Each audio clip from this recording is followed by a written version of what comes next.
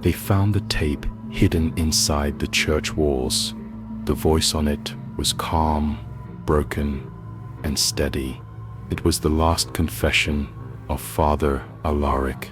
Every word was delivered like scripture, but by the end, he was no longer speaking to God. He was answering something else. The camera drifts slowly through the thinning morning fog. Its fingers scrape across the tops of brittle branches. The mist clings to the damp earth like a second skin, swallowing roots, stones, and the uneven road leading to the village. And there, through the gray, a shape rises. Stone walls, blackened by decades of rain, windows boarded haphazardly, the timber warped and cracked.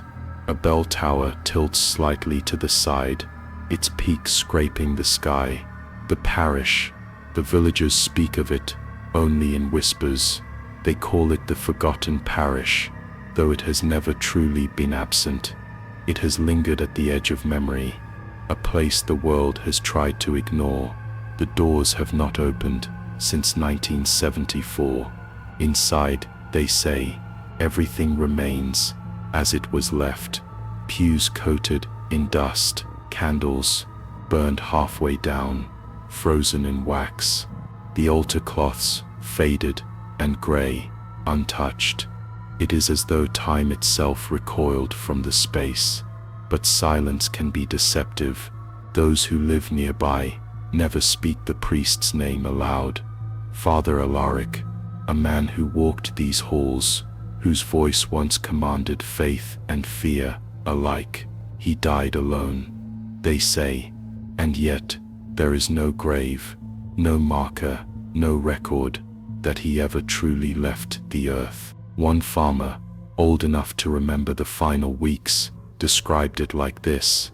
He would stand at the pulpit, voice calm, steady, but something about it chilled you, not because he shouted or screamed, but because he spoke as if someone else was listening, and perhaps someone was. Children of the village tell different stories. They say the church breathes, that if you pressed your ear to the heavy wooden doors, you could hear air shifting inside, like lungs, inhaling and exhaling. And when the wind dies, they swear it continues, slow, deliberate, impossible. Adults dismiss it, but children do not lie. The parishioners, those who knew him best, vanished over time. Some moved away quietly, some simply stopped attending. Their absence was gradual, a ripple, a slow erasure of life. By the time the doors were chained, the air around the parish had already thickened with unease. The village had begun to hum with stories of Alaric's final sermon. The memory of that sermon lingered like smoke. He stood at the pulpit, robes pressed and neat, but there was a tremor in his hands. Not visible at first, not enough to be noticed from the pews, but it was there. He recited the verses from the gospel with exactitude, each syllable precise, measured, but between words there was a pause, almost imperceptible, that made the air taut. People remember the moment when the sermon shifted, when Alaric spoke of sin, not as something to be absolved, but as something to be carried, as something alive. The congregation shifted uneasily. Some crossed themselves, others clutched the pews for balance, though they had no reason to fear falling. A young girl, no more than 10, whispered to her mother, "Why does he sound so hungry?" Her mother pressed her hand to her lips. They left quietly, not daring to meet anyone else's eyes, and that is when the bell stopped ringing. It had been rung for centuries, marking the hours, summoning the faithful, and then without notice, it fell silent. Even when wind blew through the tower, the clapper did not sway. By the end of the week, the parishioners had disappeared. The streets of the village emptied.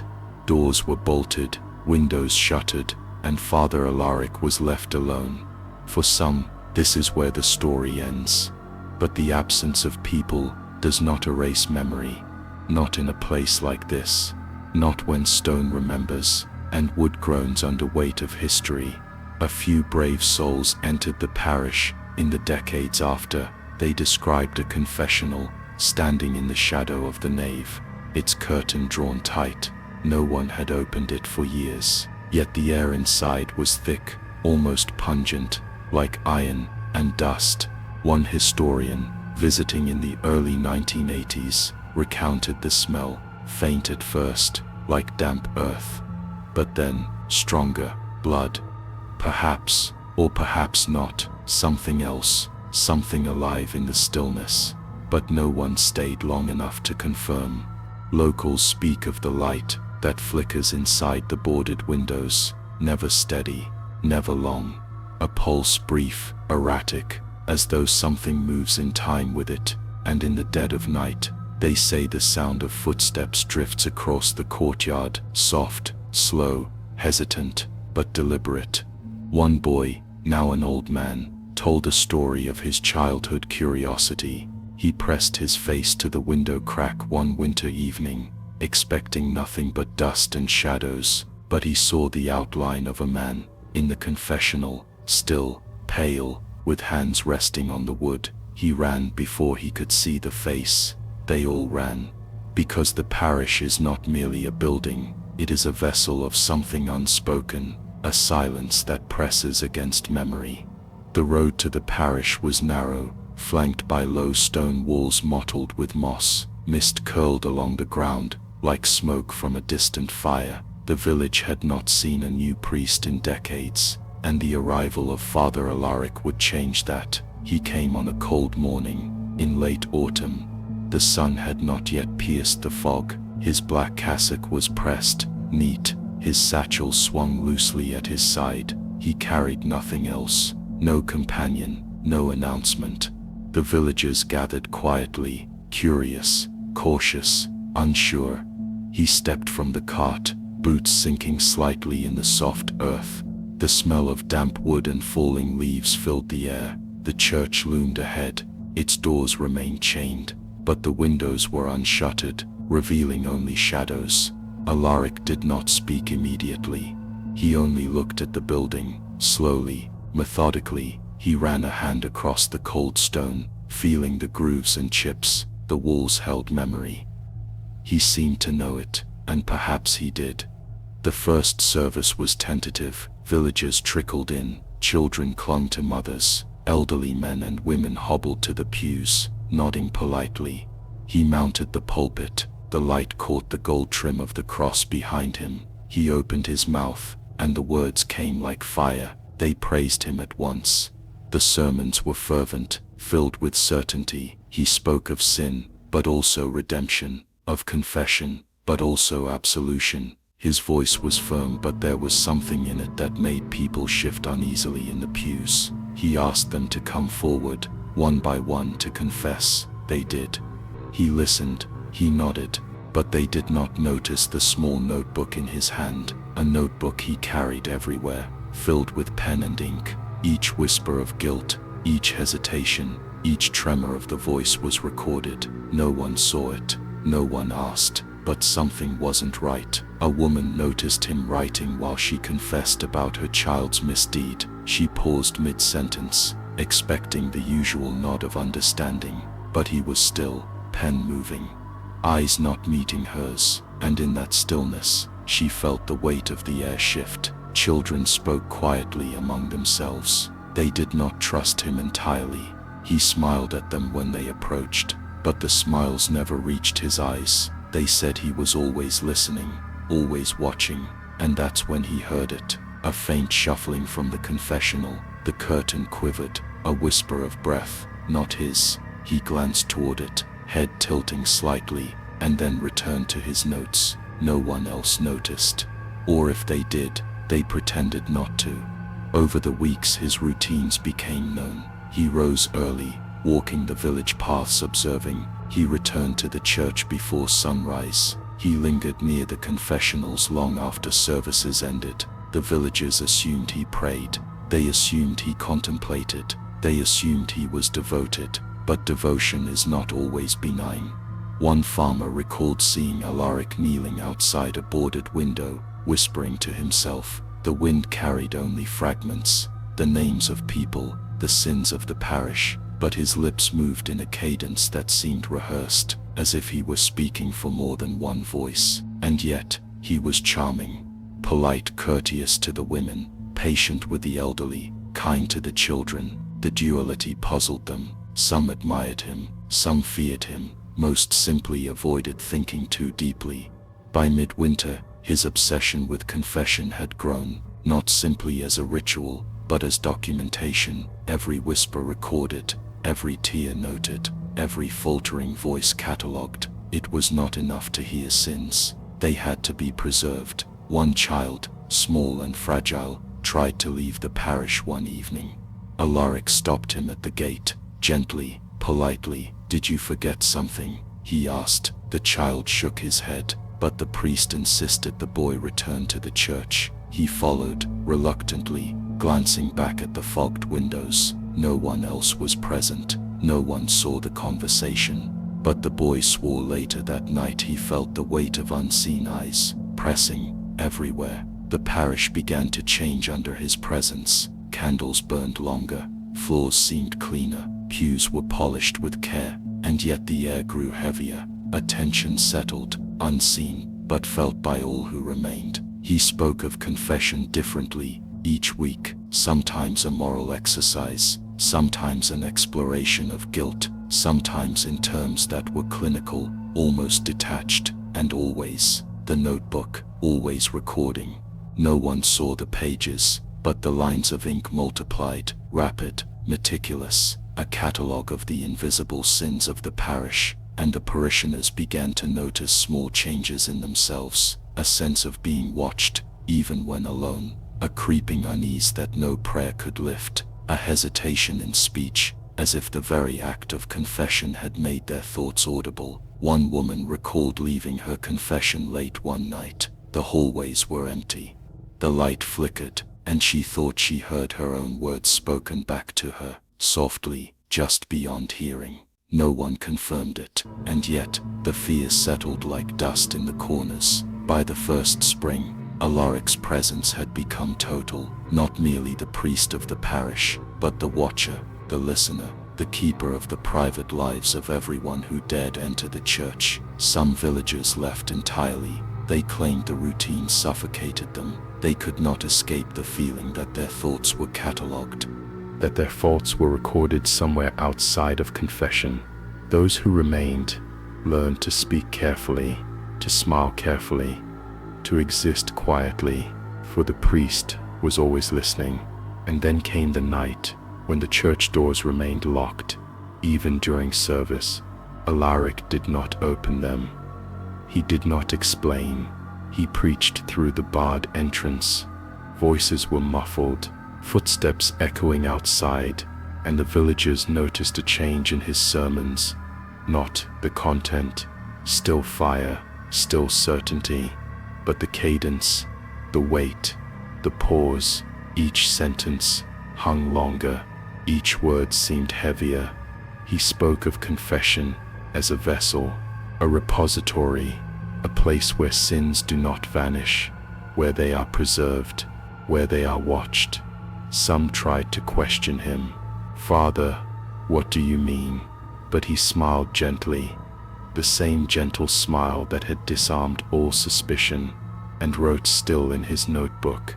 No one could tell if the notebook was full, or if it had no end.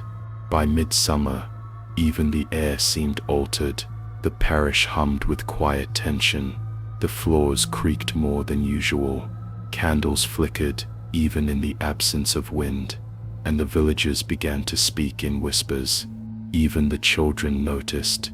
They whispered about the lines of ink, about the weight of the air in the confessionals, about the feeling that their sins were no longer theirs alone. And that's when the first faint knock came. Not on the door, not outside, inside. A rhythmic soft tapping from the walls, some said, from the pews, others said. Alaric paused mid-sermon, pen frozen. eyes lifted, but the sound stopped. No one could explain it. No one asked, and the notebook grew heavier. By autumn, some admitted it openly. They did not trust themselves alone with the priest, even in confession. They faltered, whispering incomplete truths. Some left sins unspoken entirely. Others confessed them to friends, just to relieve the weight. But the notebook remained, and Father Alaric remained. And that is how the parish lived, under his gaze, quiet, polite, ordered, but beneath it, a simmering tension. The villagers learned fear differently here, not sudden, not violent, but pervasive, insidious. The knowledge that someone could know everything you carried, without your consent, and that knowledge alone could bend the mind. By winter, even those who had once praised him began to pause. Even those who admired his fire in sermons felt a cold weight in their chests, because devotion under Alaric became observation, and observation can devour the spirit. And that is when it changed. One evening, the priest was seen leaving the parish, not through the doors, not through the path they knew. He walked into the fog, notebook clutched, lips moving in whispers. No one followed, no one tried, and when he returned the next morning, he was unchanged. But the parish had shifted, subtle, almost imperceptible. The shadows in the corners were longer, the air heavier, the pews seemed narrower, and the villagers began to wonder, what exactly had he done while they slept? Mist lay thick over the village that evening, curling along the cobblestones like smoke from a distant fire. The street lamps struggled against the fog, their weak light barely touching the edges of shuttered windows. Through the haze, the parish loomed, silent, waiting, as it had for decades. Children played in the shadows of the walls, their voices muted by the chill in the air. It was autumn, the leaves brittle and black at the edges, falling in slow, reluctant spirals. The villagers had grown accustomed to Father Alaric's presence. His sermons still drew them in, commanding attention with an ease that unnerved even the adults. But the children were different. They saw things adults did not, and they spoke in hushed tones, afraid of being overheard. The first report came from little Thomas, no older than 8. He said, shadows moved across his room at night, long twisting shapes that seemed to stretch from the corners, gathering at the foot of his bed. They watch me, he told his mother, voice quivering. She's never there, his mother said. She just moves in my dreams, Thomas insisted. His mother pressed her hand to his forehead. He was burning with fear, and she could do nothing. Soon, others spoke. A pair of girls said the same. A boy, at the edge of town, claimed. Whispers floated through the air, faint, urgent, as if repeating words they had spoken only to Father Alaric. And that's when the villagers began to murmur. But no one confronted him directly. The adults nodded politely, excused themselves, and kept the children's stories private. A quiet tension settled over the town. Even the air felt heavier. The children spoke of the confessions differently, not as relief, not as absolution. They described them as exposure. Every secret, every fleeting thought, laid bare. Thomas said the priest would listen, writing slowly in his notebook, nodding, as if weighing each word. He knows everything, the boy whispered. It was not belief that frightened them, it was certainty. Some of the children said they had seen him standing outside their windows late at night, just standing, watching, pen in hand, silent, patient. But something wasn't right. One evening, the boy called David did not return home. He had spoken with Alaric that morning, during confession.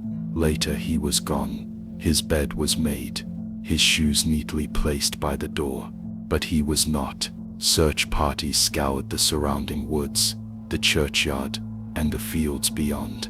They found nothing, no trace, no clue.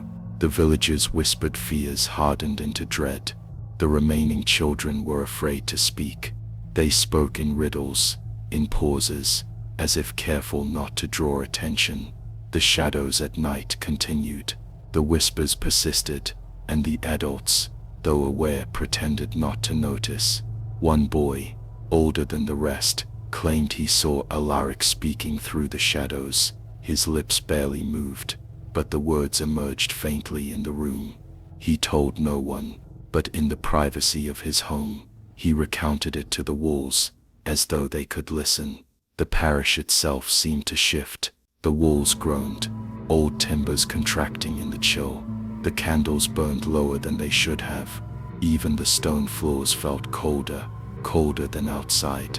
Some nights, a faint tapping echoed through the hallways, footsteps, or something else. The children did not linger to find out, and that's when he heard it. A whisper outside his window, soft, deliberate, repeating his own name. He froze, heart pounding. No one was there, only the night. The notebook grew, the pages multiplied. Every confession, every whispered thought, meticulously documented. But the children, innocent, naive, began to change. Some stopped speaking aloud. Some covered their mouths at night, fearing words might escape and be captured. Even the parents noticed the shift. Children who once laughed freely now moved quietly through the village. They avoided the churchyard. They avoided each other. They avoided the priest. Yet no one spoke openly. No one challenged him. The fear was subtle, pervasive, a quiet coercion that bent behavior without force. And then came the dreams. Little Marta awoke one night screaming, her sheets soaked with sweat. She spoke of a dark figure at the foot of her bed, holding a notebook.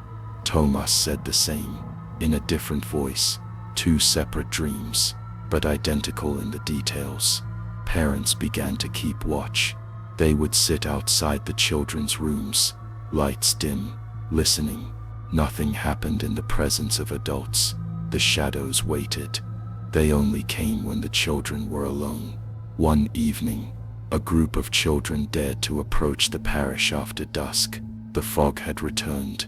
The air smelled of damp stone and fallen leaves. The windows glowed faintly, though no candle was lit. Inside, the pews were empty. The pulpit stood vacant, but in the confessional the curtain moved. A hand traced the edge. The children froze, their breaths shallow. They ran, and David was never mentioned again. The villagers began to whisper of curses, of sins too heavy to carry, of a priest whose obsession had broken the natural order. Yet no one dared speak directly, not to Alaric, not to each other. The fear was communal, unspoken, corrosive. Children stopped attending morning mass. Some stopped speaking at all.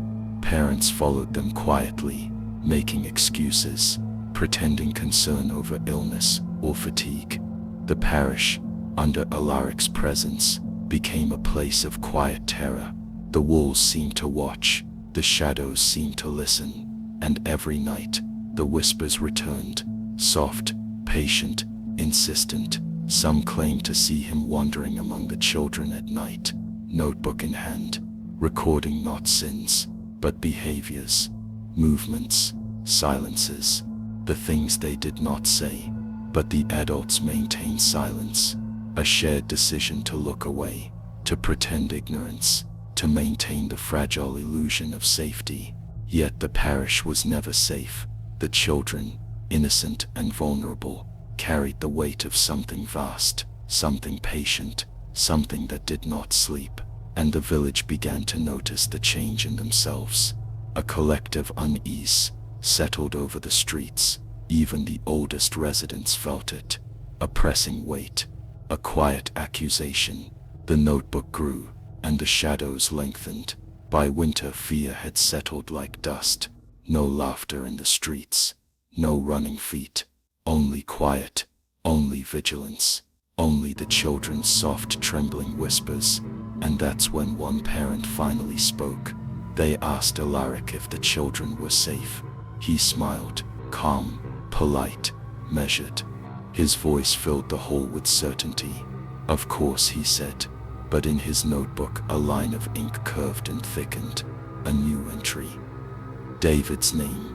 No one spoke again, and the village learned a terrible lesson, that evil measured and polite can exist quietly, that observation alone can consume innocence, and that sometimes the sins of the world are not held in hearts or minds, but in notebooks. The fog clung low to the ground, thick as wool, swirling around the edges of the parish.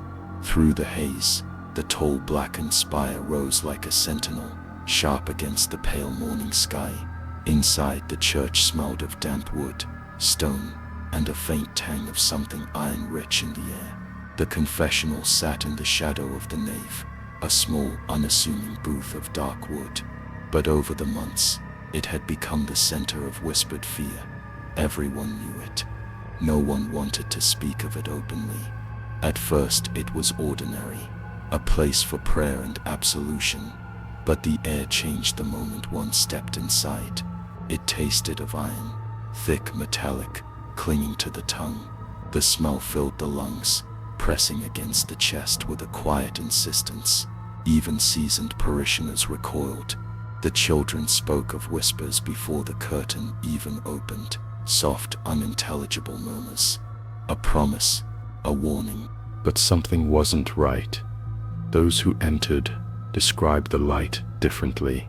Not warm, not welcoming, but dull, almost gray, as if the very wood absorbed color. The veil of shadow pressed close, a suffocating closeness that made the skin tingle. And then the penances began to grow impossible. One man, a laborer, confessed a minor theft. Alaric listened, nodding, pen in hand. The punishment, fasting for 2 weeks. By the end of the week, the man was gaunt, trembling. His bones felt hollow. His hunger gnawed at him from the inside. A woman, for speaking harshly to a neighbor, was instructed to remain silent for months, to utter no words in the village, to bow her head whenever anyone approached, and she did. The silence was heavier than any chain. Even children felt the weight. Thomas, still young, was told to spend 3 nights alone in the parish yard, kneeling in the cold. The wind cut through his clothing, frost biting at his fingers, and yet he remained. The confessional had become something more than a booth, a presence, a judge, a force. One parishioner described hearing movement inside the walls, soft, deliberate scratching, like the sound of nails on wood, but no one could locate its source.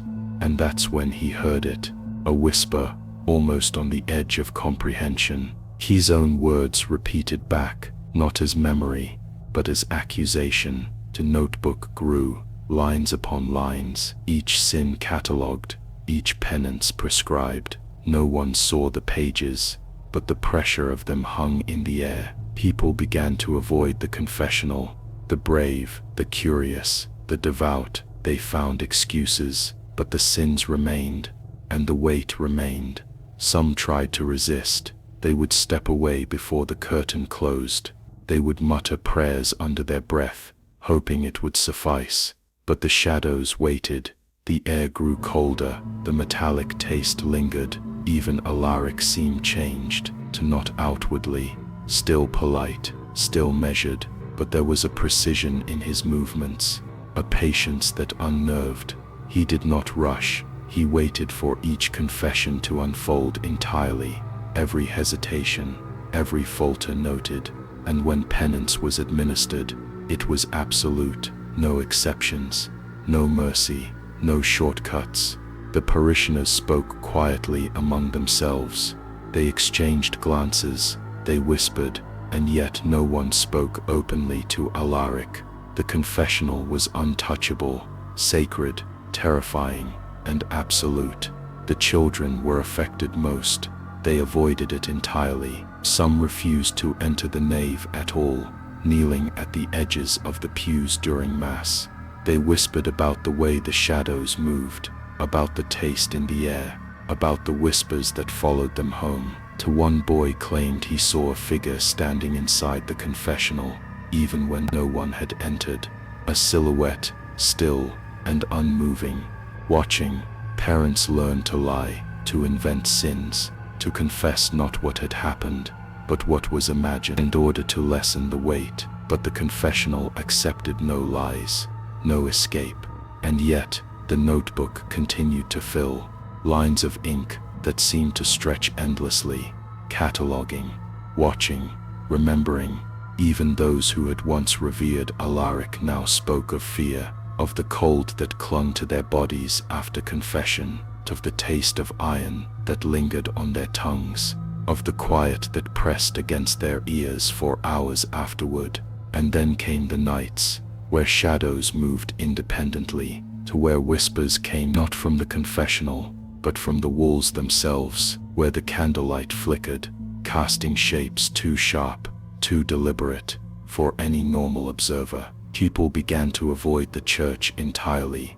They lingered at the threshold, glancing in fear. Even Alaric's presence no longer comforted them. It dominated. To one elder, recounting the story years later, said, "I knew the confessional was alive. It breathed, it measured, and it judged. But the confessional did not punish lightly. It demanded endurance, weeks of fasting, months of silence, tasks that seemed to stretch beyond reason, beyond physical capability. And still, the villagers did not confront Alaric. They only whispered, they only observed.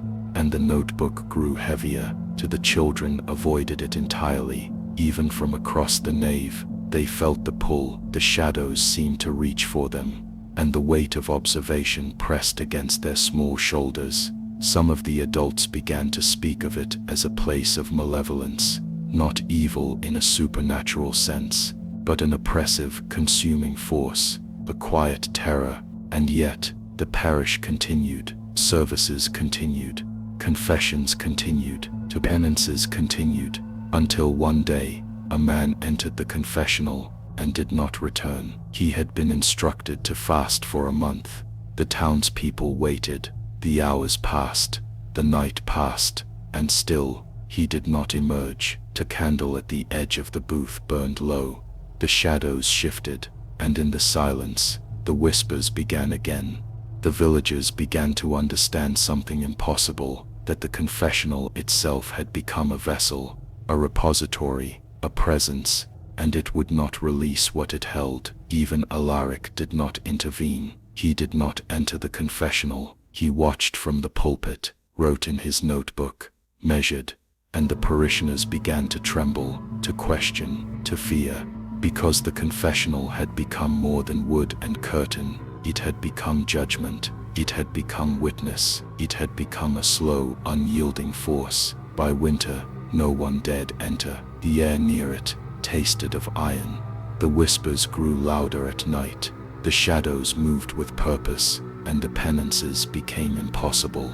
Months of silence, weeks without food, hours kneeling in the cold, and the notebook remained, endless, insatiable, recording every trembling confession.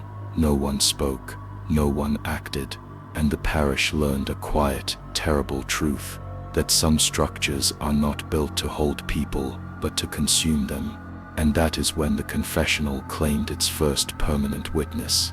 Fog rolled over the cobblestone path, clinging to the edges of the parish yard like a second skin. The morning sun was pale, filtered through gray clouds, casting long, uneven shadows across the walls of the church. From the distance, the blackened spire looked almost skeletal, jutting into the sky, like a finger pointing towards something unseen. Sister Miriam arrived that day. The habit was crisp, the white wimple framing a face pale with anticipation. She had traveled from the convent in the neighboring county, carrying little more than a satchel of belongings and a small journal. The villagers watched her approach, silent, their eyes wary. The parish smelled as it always had. Damp stone, old wood, and a faint metallic tang that seemed to linger in the corners. The confessional awaited, dark and patient. At first, she observed quietly. Alaric stood at the pulpit, pen in hand, notebook open. He listened to the parishioners as he always did.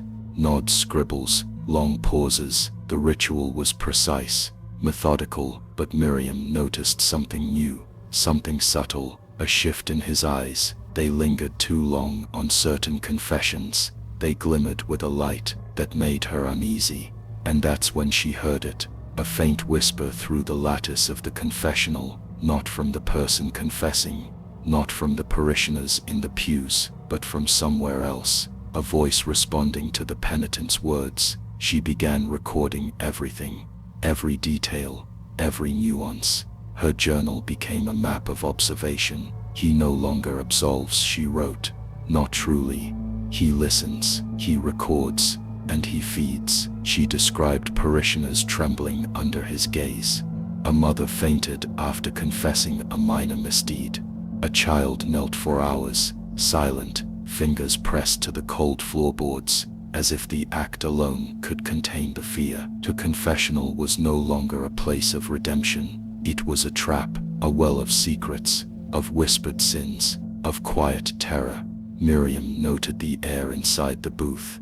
Thick, heavy, tasting faintly of iron and wax. Every breath seemed to carry the weight of every confession before her, and she felt herself bending under it. She attempted to speak with Alaric, politely, discreetly, to understand what had changed. He smiled, calm, measured, and did not answer. Her journal became more frantic. She described how he would pause, pen in hand. When a penitent's voice faltered, he would lean closer, absorbing not just the words but the hesitation, the guilt, the shame. Parents began whispering among themselves. They noticed her writing, her observation, but no one dared question Alaric openly.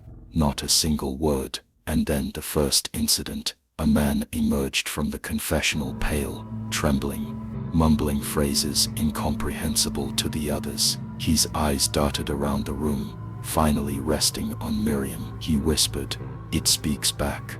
And that's when she knew. The priest was no longer a conduit for absolution. He was a vessel, a recorder, a devourer of sins.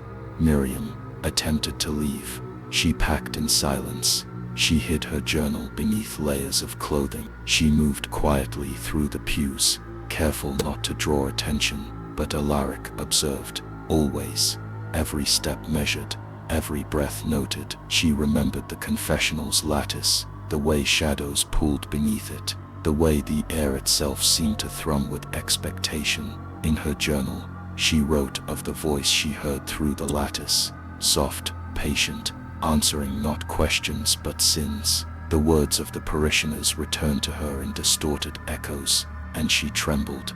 The village was quiet that night. Not a candle burned, not a door creaked, and yet the air in the parish was alive with unspoken fear. She fled, left before sunrise. The fog swallowed her as she ran along the narrow path, footsteps muffled against the cobblestones. Her journal remained behind, pages torn, scattered across the nave, each word a record of what she had seen, what she had felt. Later, villagers would find the torn pages, fragments of her observations, warnings, scribbled in hurried strokes, lines about a voice answering through the lattice, about penances that devoured the penitent, about sins that refused to remain secret. No one entered the confessional after that, not willingly. Even Alaric seemed aware of her departure, but he did not speak, he did not react. And that's when the parish truly began to shift. The silence of the pews grew heavier, the shadows more deliberate, and the notebook, Alaric's ever-present companion, continued to fill. Miriam's testimony remained incomplete, fragments of warning, a cautionary voice left behind for anyone who might come after. The parishioners whispered among themselves, They wondered if anyone could leave once they understood the weight of confession, if the confessional demanded more than the parishioners could bear, and they kept silent, because in the presence of Alaric, no one dared to speak. Fog draped over the village that morning, like a grey shroud. The cobblestones glistened with frost, reflecting the weak winter sunlight in fractured shards. The parish spire stood tall, blackened and unyielding, looming over the scattered homes with a patient, silent weight. Families began leaving quietly.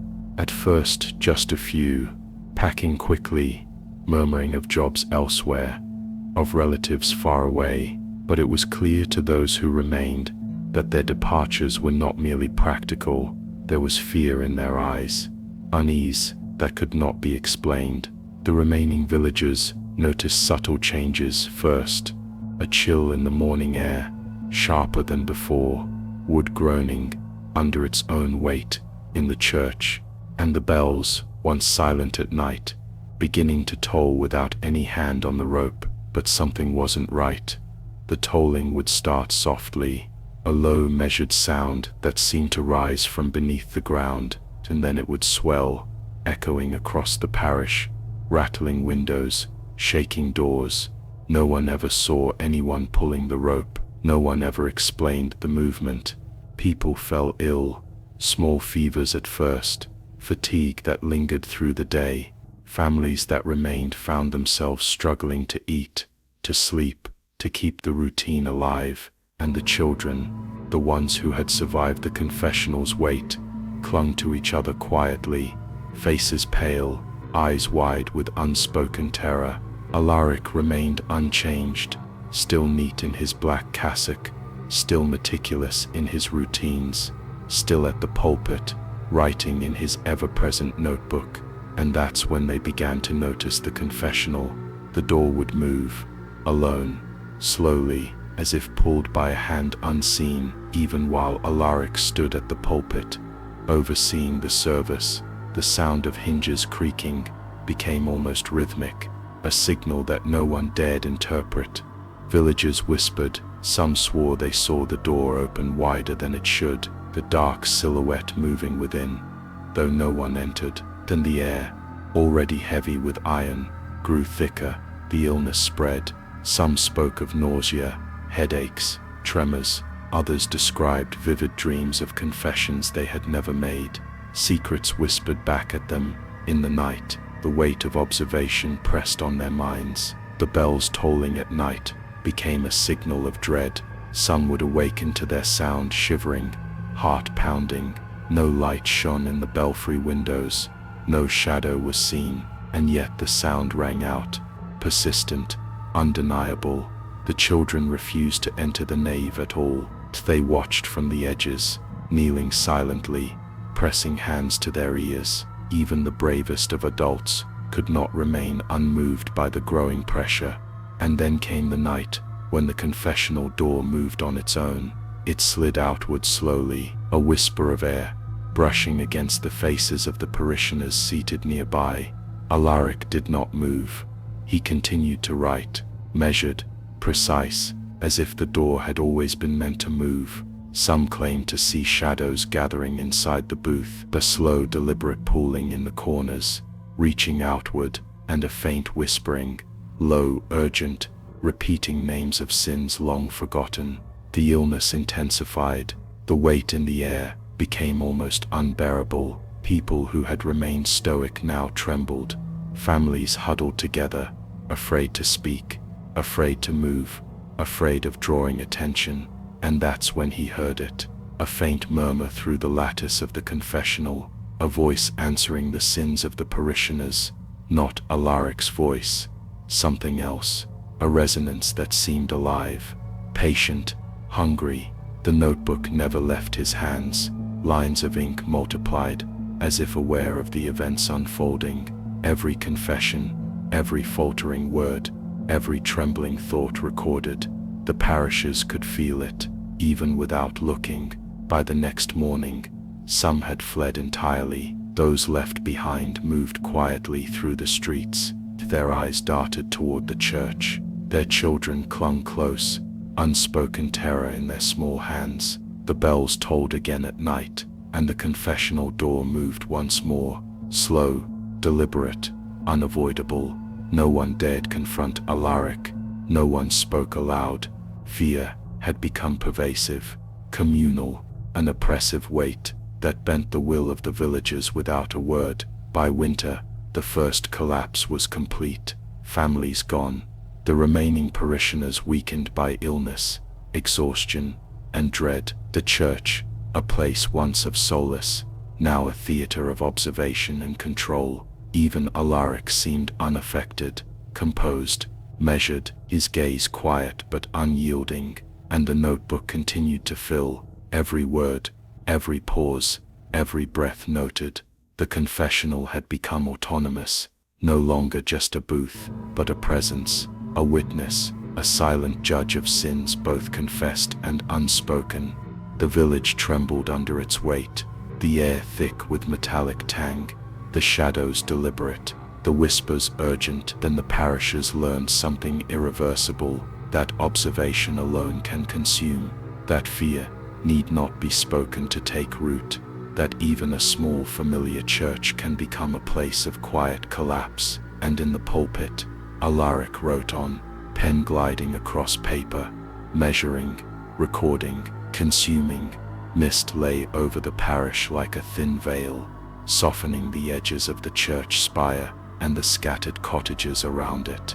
The wind carried the faint scent of damp earth, of stone, of iron. It was the kind of morning that made one feel small. The first church officials arrived in a carriage, black and polished, cutting through the fog with quiet authority. Their robes swayed in the chill, the collars stiff, gloves pale against their hands. They were met by the remaining villagers at the edge of the parish yard, faces drawn, eyes hollow. No one spoke freely. The officials inspected the church with methodical detachment. They observed the confessional, the nave, the pews, measured the distance between shadows, took notes, and left with calm assurances. But something wasn't right. The villagers noticed small things immediately. A notebook, carefully bound and filled with observations, vanished from the inspector's hands, pages missing from their own ledgers, notes erased from memory, as much as from paper. One inspector, a man in his 50s with careful spectacles, remained late into the evening. He claimed he wanted to understand the parishioners' fear.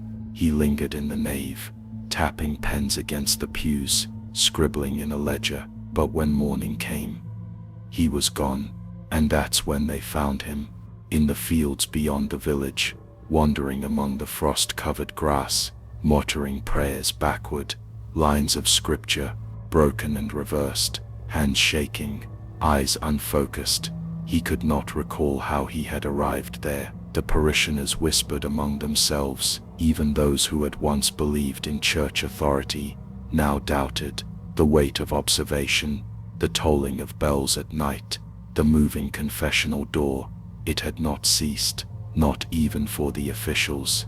Alaric remained, seated at the pulpit, notebook in hand, measuring, recording, watching. The church claimed hysteria. They wrote letters, filed reports, assigned inspectors, all attempts to rationalize the events within the parish.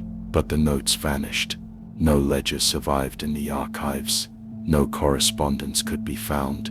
It was as if the parish had erased them. Families continued to leave quietly. Others fell ill.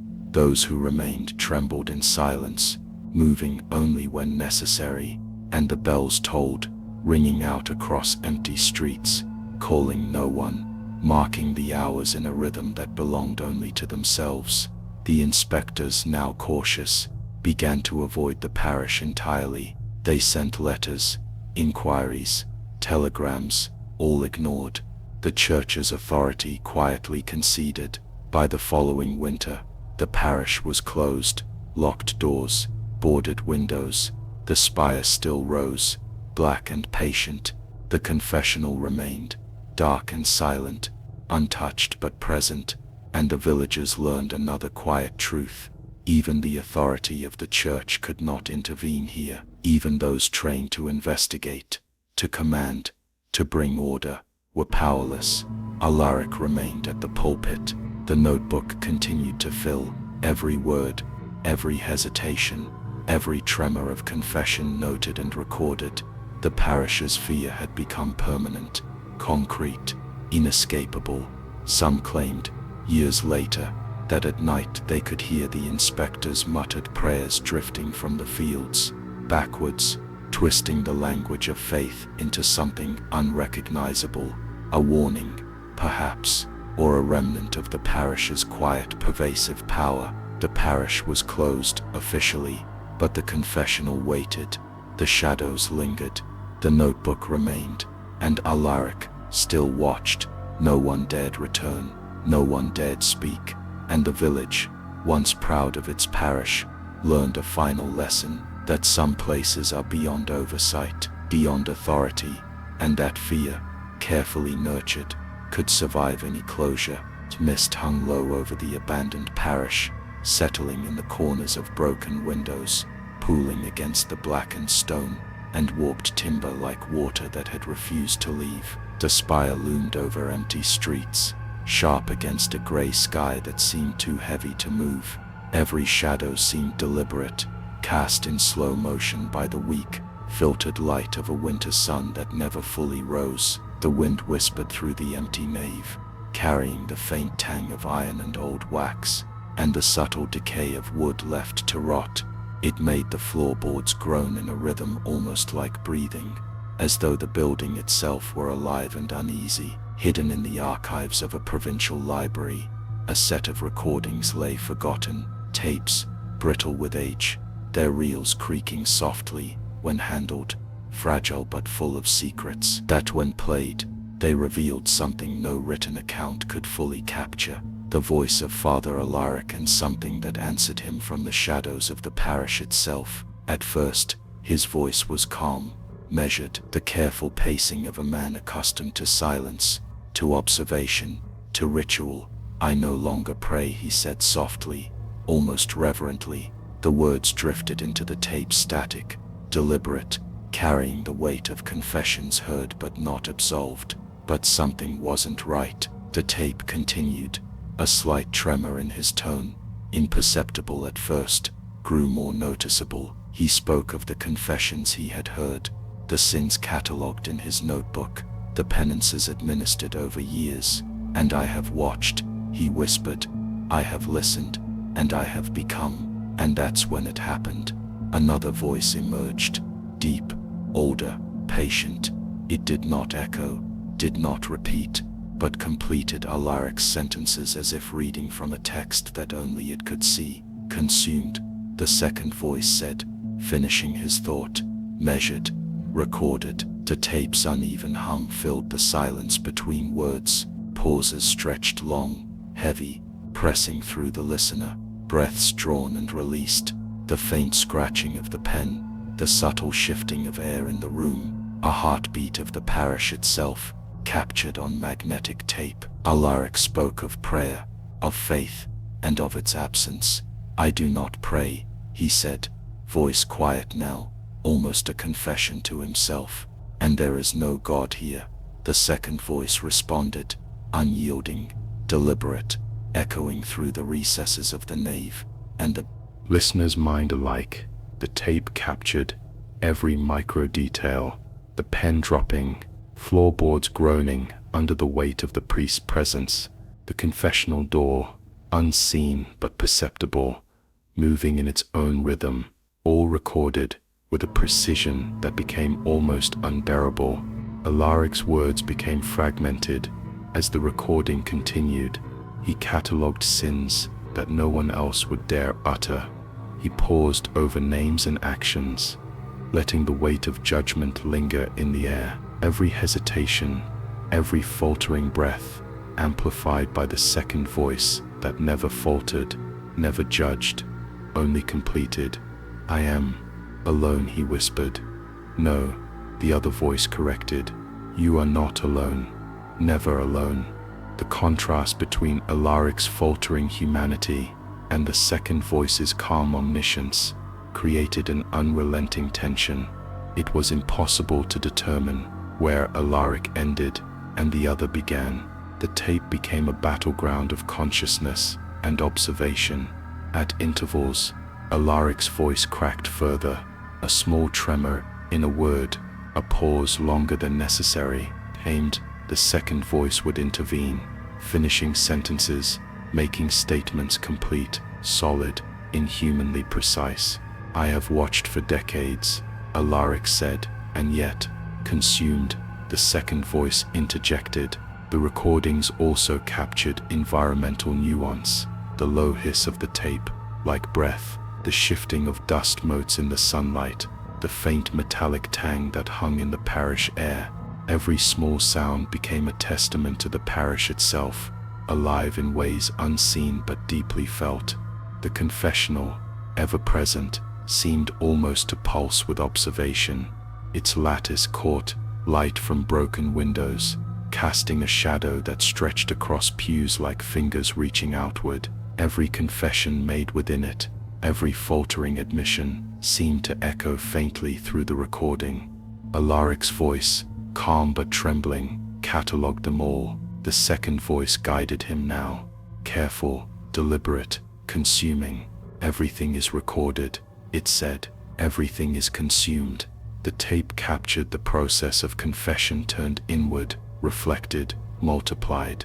Alaric's breathing slowed, measured, deliberate, but trembling, as if the act of recording sins had itself begun to weigh on him. And then, long pauses, seconds that felt like hours, silences that pressed against the listener, heavy and deliberate. The confessional's shadows seemed to extend, reaching into the tape, into the room, into the mind of anyone who listened.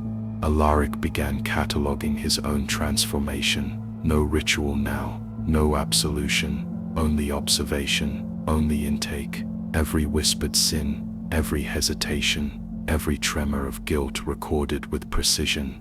The tape even captured faint environmental sounds, the floorboards, the shifting light, the soft groan of the wooden beams settling, the subtle creak of doors moving on their own, all insignificant on their own, but together forming a rhythm of dread.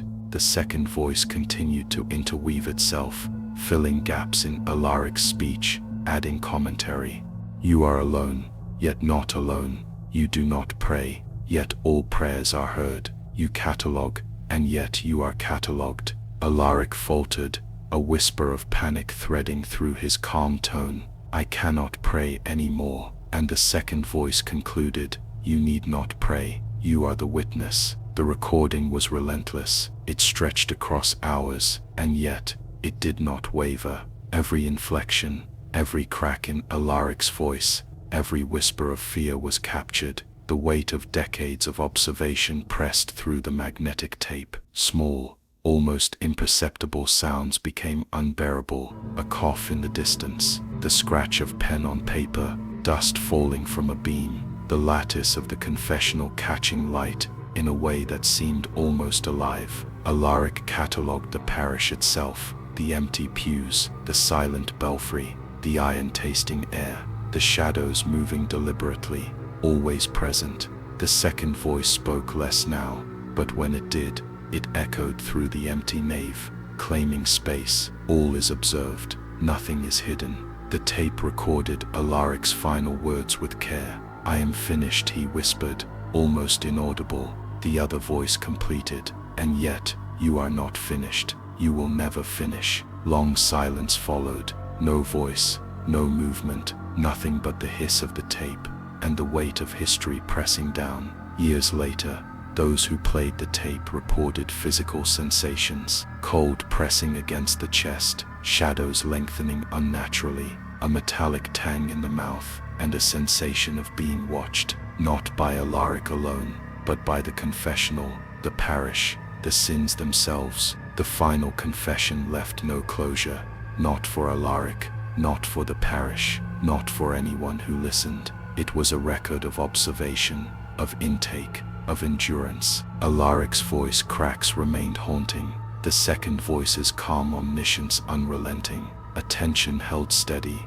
a psychological weight pressing through decades, now captured eternally. The confessional remained, the shadows lingered, the notebook filled, and Alaric through the recordings remained. The final silence stretched, infinite and pressing. The listener, unprepared, was left with a physical awareness of absence, a realization that some places, some people, some acts of observation do not end. The parish itself seemed to exhale, not relief, not surrender, only the quiet persistence of sins catalogued, measured, and never released. And that is the final horror, not the priest, not the confessional, but the act of watching, recording, and consuming without reprieve. The tape ends, and the silence remains. A thick fog clung to the edges of the parish, softening the blackened stone of the walls, and the spire that still pierced the gray sky. The village beyond was silent, empty streets, snow dusted on shuttered windows, a stillness that pressed against the chest. The doors of the parish had been sealed for decades, iron bars fastened across them, boards nailed tight, the lock rusted, the windows covered, opaque, unyielding. Yet the building seemed alive in ways that defied observation. Travelers passing by spoke quietly of candles flickering behind boarded windows, a faint light that moved as if carried by invisible hands. Shadows danced across the lattice of the confessional, long abandoned, and always the faint sound of chanting, soft, distant, incomprehensible. But something wasn't right. Locals whispered about the winter nights, about the parish breathing, a sound like exhalation, low and measured, rolling through the fog like the wind itself had taken a pulse from within the stone walls. No one dared linger too long. The road to the parish became a gauntlet of unease. Footsteps slowed in the mist, horns of carriages muffled by snow, the air cold metallic, like iron in the mouth, and the faint echo of voices chanting, murmuring, repeating prayers no one remembered. Some claimed to hear the confessional's lattice moving, a subtle shift, almost imperceptible, a door opening just a fraction, then closing again, as if something, or someone, still accepted confessions. And that's when he heard it. A traveler, unfamiliar with the village, reported feeling watched, eyes invisible but present, tracking him through the fog, a pressure at his back, a whisper at the edge of hearing. The chanting swelled and receded, carrying words no one could understand, but which seemed to demand attention. The townspeople, those who remembered Alaric and the years before, spoke only in fragments. "He's still here," one would whisper. "Not him." "The place," said another. Fear had hollowed out the village. Even memory trembled at the thought of returning. The parish's walls seemed to exhale with each gust of wind. Windows rattled, iron bars groaned, even the snow on the roof shifted, as if stirred by invisible movement. The confessional remained central, dark and patient. It seemed to pulse, absorbing the cold, the fog, the silence, and the fear. Travelers who dared enter the outer courtyard spoke of subtle changes, footsteps echoing in patterns impossible to track, a faint smell of incense, long burned out, the taste of iron in the air, sharp, lingering, whispers that repeated their own sins back to them, even if they spoke no word aloud. But the parish was sealed, locked, boarded, empty of life, and yet it breathed. The villagers warned against watching too closely. They said the lights behind the windows were not candles. They were reflections of memory, flickering, ephemeral, impossible to reach, like watching a past that insists on repeating itself. Some claimed that on the coldest nights, the doors would vibrate slightly, not with wind, not with frost, but with presence, the building responding to unseen actions, to invisible prayer, to the persistence of sins left behind. Children were warned never to approach. The few who disobeyed returned pale, muttering things no adult understood. Names whispered, confessions repeated, a sense of weight pressing on their shoulders, even when alone. But something wasn't right. Stories circulated of people vanishing briefly near the parish, returning with eyes wide, unable to speak clearly. claiming that they had heard Alaric's voice, soft, coaxing, yet not familiar, a voice that repeated the confessions of those long gone, a voice that carried authority beyond life. The church had been abandoned officially, documents filed, keys turned over, nothing inside deemed of use, yet the building endured. Its silence was alive, every shadow a pulse, every creaking timber a heartbeat, every breeze through the lattice a whisper of memory. Candles flickered on winter nights, inside rooms no one could reach. Shadows moved behind the boards. The chanting echoed in intervals, low and calm, almost hypnotic. The parish was not empty, it had simply become something else, a memory made manifest, a presence preserved. The villagers did not speak of it openly. The parish remained a boundary, a line drawn between the world they knew and the world that had grown within the stone walls, and anyone who approached with curiosity felt the weight immediately, not of sin, not of guilt, but of observation, of something patient, waiting. Some nights, the fog thickened, rolling into the courtyard like slow water. Those who walked past could hear the faint swish of movement inside the boarded windows, the confessional lattice catching faint glimmers of candlelight, a sense of space inside larger than the building itself. And that's when it happened. A traveler, desperate to see inside, approached one winter night, snow crunching beneath boots, hands in pockets, face red from cold. He peered through a gap in the boards, a flicker of candlelight, shadows moving like they had weight. The chanting swelled, not in his ears, but in his chest, pressing, persistent. The fog thickened around him, curling into his coat and scarf. A whisper, a single syllable, almost lost to the wind, but undeniably present. He stumbled back, heart pounding, eyes wide. The parish exhaled in response, a soft, measured exhalation that rolled across the courtyard and into the village beyond. The villagers did not intervene. They never had. They watched from their windows, from their doors, from the edges of roads, and whispered among themselves, "Do not look too long, do not listen too closely. The place breathes, it watches, it waits." Even the snow seemed to avoid the parish itself. Patterns shifted unnaturally around its foundation. Footprints disappeared, tracks erased, as if the land itself respected the boundary of fear. And within the boarded windows, the candles flickered, shadows stretched and twisted. The confessional remained, silent, yet active, absorbing the night, recording the echoes of the past, holding the weight of decades of confession and dread. No one dared enter, no one dared speak, and yet the parish endured, patient and knowing. A building that had once served the living had become a monument to observation, to presence, to memory. And in the deepest hours of winter, when the fog was thickest, when the village slept fitfully in their homes, it breathed, softly, measured, a reminder that some places do not end, some presences are eternal, and some sins remain, recorded and unrelenting.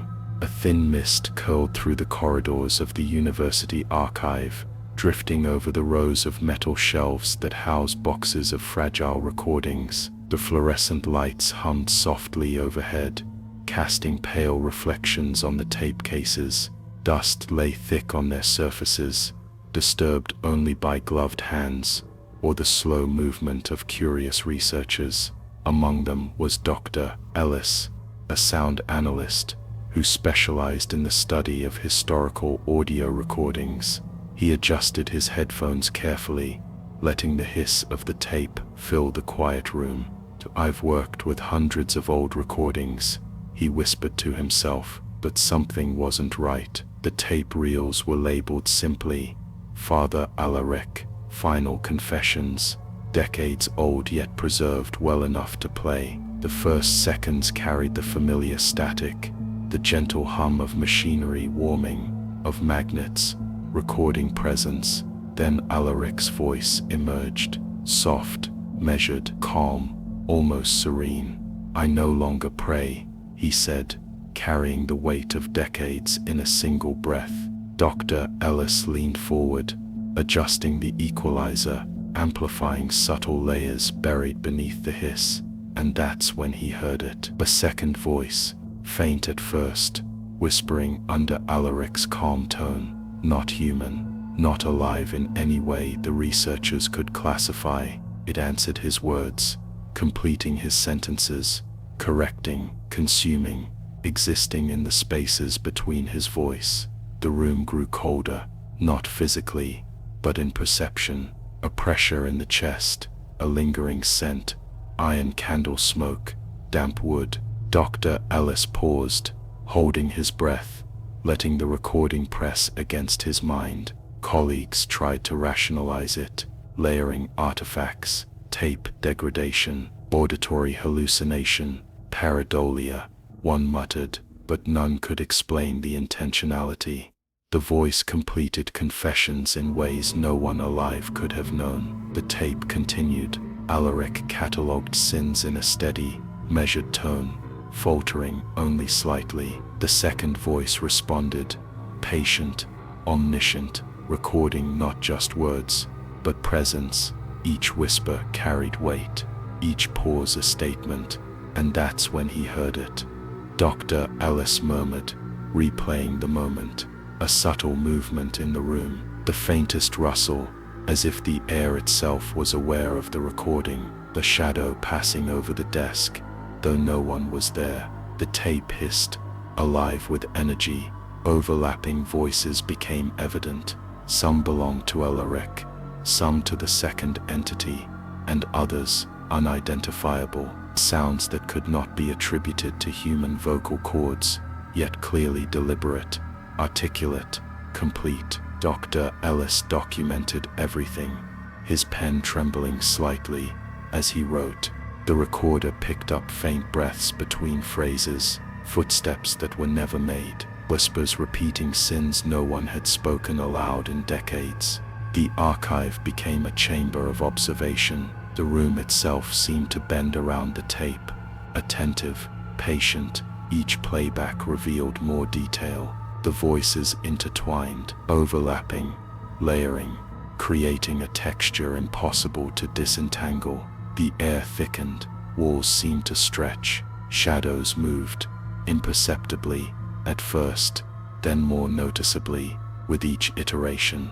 Students passing the corridor felt it too, a quiet hum in their ears, the sensation of being observed. Some froze mid-step, eyes wide, unable to explain why. The tapes were dismissed publicly as hysteria, but privately, the researchers understood something else. A chill pressed down on the shoulders of anyone who lingered too long. The metal chairs groaned under imagined weight. Ventilation whispered faintly through ducting, carrying voices from decades ago. The recording was a bridge between Alaric, the second voice, the sins of the parish, and the present. Alaric's final words became fragments of obsession.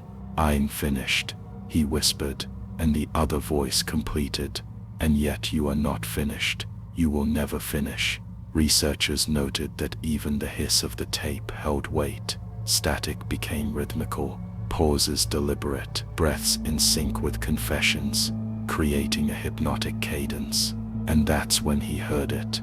Dr. Ellis said again, a faint whisper, not recorded, not audible in playback, yet undeniable. The words lingered in the air. "Do you have sins to confess?" The question seemed to draw presence from the corners of the room. The walls responded subtly. Shadows leaned in. Temperature dropped. A single candle flickered, though none had been lit. Even the most skeptical dismissed the sensation as suggestion. Yet multiple researchers experienced the same effect. A perception of gaze, a knowing, a weight in the chest, a lingering awareness of sins both remembered and forgotten. The archive became quiet again, but the tension remained.